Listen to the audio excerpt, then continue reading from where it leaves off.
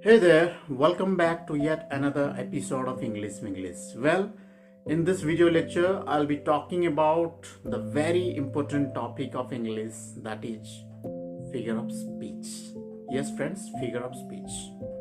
So, what is a figure of speech? You must have heard about figure of speech, especially while dealing with prose and poetries. So दोस्तों, जब आप pros पढ़ते हो या फिर कोई पोएम को रिसाइट करते हो तो डेफिनेटली कुछ ऐसे वर्ड्स आए होंगे जो कि आपको सुनने में थोड़ा तकलीफ हुआ होगा। Whenever we are dealing with prose, वहां पर ऑथर कुछ ऐसे वर्ड्स यूज किए हैं जो कि फिगर ऑफ स्पीच है पर आपको पता नहीं है।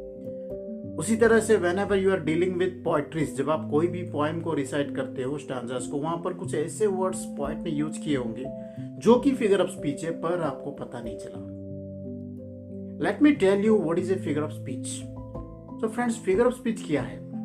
जब कोई भी लड़की कहीं पार्टीज में जा रही है, बाहर जा रही है, या फिर when a girl is getting ready for marriage, okay, जब कोई भी लड़की शादी कर रही है तो वो अपने आप को खूबसूरत दिखने के लिए वो बहुत सारे ऑर्नामेंट्स का यूज करती है अपने बॉडी पे, अपने चेहरे पे, ताकि वो बहुत खूबसूरत दिखे।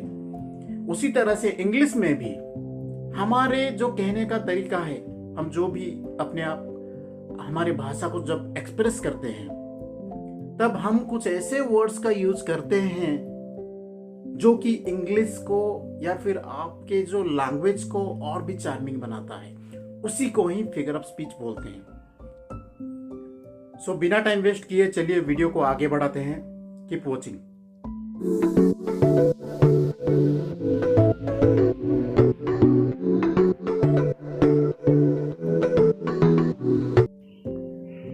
What is a figure of speech? So friends, अभी मैं आपको फिगर ऑफ स्पीच क्या है वो बताऊंगा। फ्रेंड्स, फिगर ऑफ स्पीच को हम हिंदी में अलंकार बोलते हैं। अलंकार, कुछ नया सोचो, कुछ आप अपने थॉट्स को या फिर आप अपनी भाषा को एक डिफरेंट वे में एक्सप्रेस करो, प्रेजेंट करो, वही है figure of speech. It is a word और expression use not with its original meaning but in an imaginative way to make a special effect. ये आपका एक ओरिजिनल मीनिंग को शो नहीं करता है, पर आप इसको एक अपने कल्पना के द्वारा, अपने एक अलग थॉट्स के द्वारा प्रेजेंट करते हो। In short, a figure of speech is a literary device that creates a special effect by using words in a distinctive way. Figure of speech क्या है? एक लिटरेरी डिवाइस है दोस्तों, एक अलंकार है जो कि आपके थॉट्स को, आपके भावनाओं को एक स्पेशल इफेक्ट देता है। जब एक पोएट एक पोएम लिखता है तो वो कुछ ऐसे वर्ड्स का प्रयोग करता है जो कि रीडर्स को पढ़ने में या फिर समझने में आसान हो जाता है और एक एक्साइटमेंट भी क्रिएट करता है। आप स्क्रीन पे देख सकते हो दोस्तों, you can see your screen. Simile क्या है? सिमिली, आपने ये वर्ड जरूर सुना होगा दोस्तों। Simile, the word simile is derived from A Latin word जिसका मतलब है लाइक। जी हाँ दोस्तों, सिमिली का मतलब है लाइक, जो कि एक लैटिन वर्ड से है, एक Latin word. It is a figure of comparison in which two dissimilar things are compared explicitly for a point of similarity.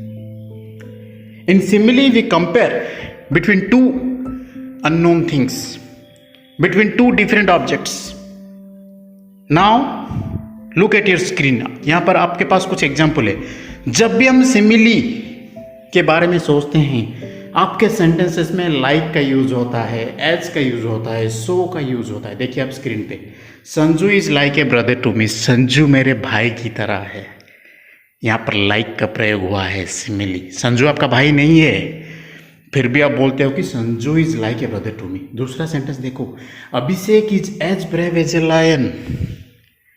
Here we compare Abhishek with a lion. Abhishek is a human whereas lion is an animal. Lion का जो quality है वो अभिषेक के पास हमने देखे, इसलिए हम बोले Abhishek is as brave as a lion. They fought like cats and dogs. उनका झगड़ा देख के आप बोलते हो कि वो बिल्लियां और कुत्तों की तरह लड़ते हैं। यहाँ पर लाइक का प्रयोग किया हमने, ये है सिमिली, लाइक। आप येलो कलर का अंडरलाइन जो वो देखो, he is as strong as a lion, वो एक लायन की तरह स्ट्रॉन्ग है। यहाँ पर एज का प्रयोग हुआ। My sister swims like a fish, मेरी बहन मछली की तरह तैर रही है, लाइक। तो दोस्तों अभी देखते हैं मेटाफर क्या है, व्हाट इज ए मेटाफर।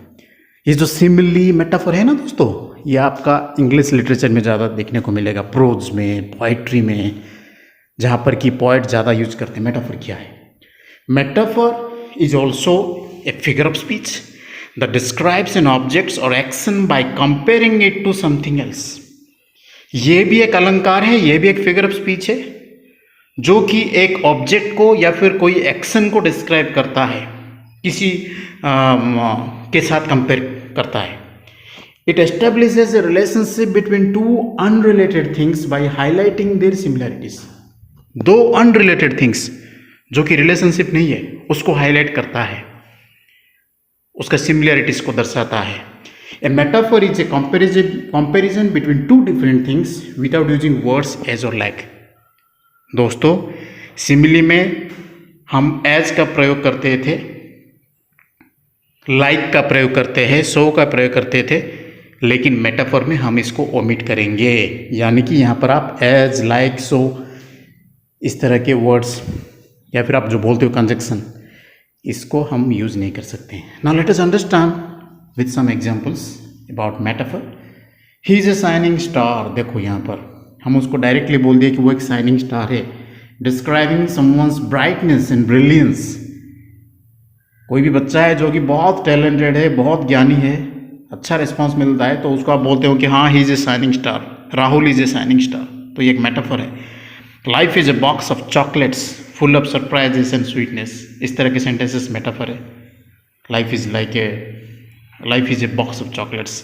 कुछ और एग्जाम्पल्स है दोस्तों। Her voice is music to my years.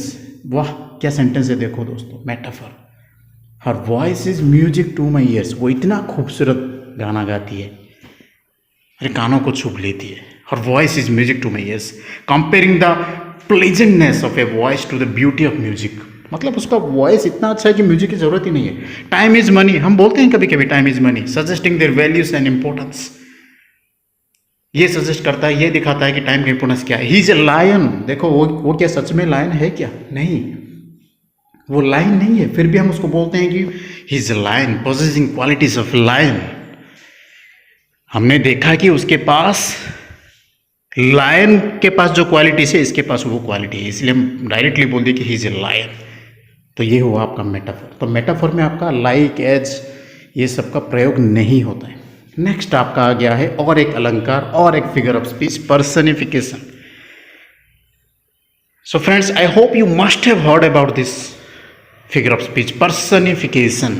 Personification is a literary device that gives human qualities to something non-human. कोई भी नॉन ह्यूमन को, कोई भी वस्तु को आप ह्यूमन क्वालिटीज देते हो, उसको ही बोलते हैं personification. It is a poetic device in which objects such as plants और lifeless creatures are given human characters. ये भी एक पोएटिक डिवाइस है। पर्सनिफिकेशन क्या है? आप कोई भी वस्तु को, कोई भी नेचुरल थिंग्स को आप एक ह्यूमन कैरेक्टर्स के साथ कंपेयर करते हो, ह्यूमन कैरेक्टर्स का इमोशन को उसके साथ जोड़ देते हो, वही हुआ पर्सनिफिकेशन। देखिए आपके स्क्रीन के सामने क्या है एग्जांपल्स, अभी आप आराम से समझ जाएंगे पर्सनिफिकेशन क्या है। कभी कभी सूरज को देख के हम बोलते हैं कि हाँ, सूरज को देख के ऐसा लग रहा है कि सूरज हमको देख के स्माइल कर रहा है, the sun is smiling at us, smiling. क्या सच में सूरज हंस रहा है? नहीं, this is the imagination, this is nothing but the imagination of a poet, the thought process of a poet. The stars winked at me, वो तारे मुझे देख के आंख मार रहे थे। विंक्ड मतलब आंख मारना, ये भी पर्सनिफिकेशन है। सच में क्या तारे आंख मारते हैं? ना। The daffodils are dancing behind the hill. Daffodil आपने जरूर पढ़ा होगा प्लस 2 में, इंटरमीडिएट में, एक फूल है daffodil flowers. Daffodils are dancing behind the hill, वो पहाड़ के पीछे नाच रहे हैं। क्या सच में नाच रहे हैं? नहीं, पोएट का इमेजिनेशन है। I wandered lonely as a cloud, मैं एक क्लाउड की तरह, वांटेड मतलब घूमना, मैं घूम रहा हूं। ये हो गया आपका पर्सनिफिकेशन। तो दोस्तों अभी आ गया एलिटेरेशन। एलिटेरेशन का मतलब क्या है?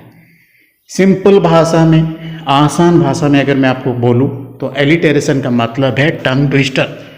ऑलरेडी मैंने टंग ट्विस्टर को लेकर एक वीडियो अपलोड किया है, आप देख सकते हैं। एलिटेरेशन, when 2 or more words begin with the same sound is called alliteration। 2 से ज्यादा शब्द अगर आपका उनका आवाज सेम लग रहा है तो वही हुआ alliteration। It is the repetition of same sound और सिलेबल्स। रिपीट होगा, वो वर्ड्स अलग होगा, वर्ड्स अलग होगा, but the words are making similar sounds, जो कि एक ही आवाज आपको सुनाई देता है। You are uttering different words but they produce similar sounds, it's called alliteration। Now look at your screen.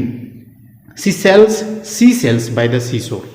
देखो दोस्तों यहां पर कितना वर्ड है, sea sells by the seashore. यहां पर वर्ड्स अलग हैं, but when you are uttering each and every word it sounds similar. आप यहां पर एक एक वर्ड्स को अटर करो सिमिलर साउंड से। And friends, whenever we are talking about alliterations, if you really want to improve your communication skills or spoken English, then alliteration or tongue twister is the best way to enhance your communication skills or spoken English। कुछ और examples देखो, chocolate chews cheese, ice cream you scream we all scream for an ice cream. आप बार बार repeat करो, practice करो, आपका communication skills improve होगा। Peter Piper pick pack of pickled peppers. किस तरह के सेंटेंसेस है। तो फ्रेंड्स, अगर आपको वीडियो सच में पसंद आया तो don't forget to like, share and subscribe. And friends, if you are new to my channel then don't forget to subscribe so that you will never miss an update. Okay, thanks for watching.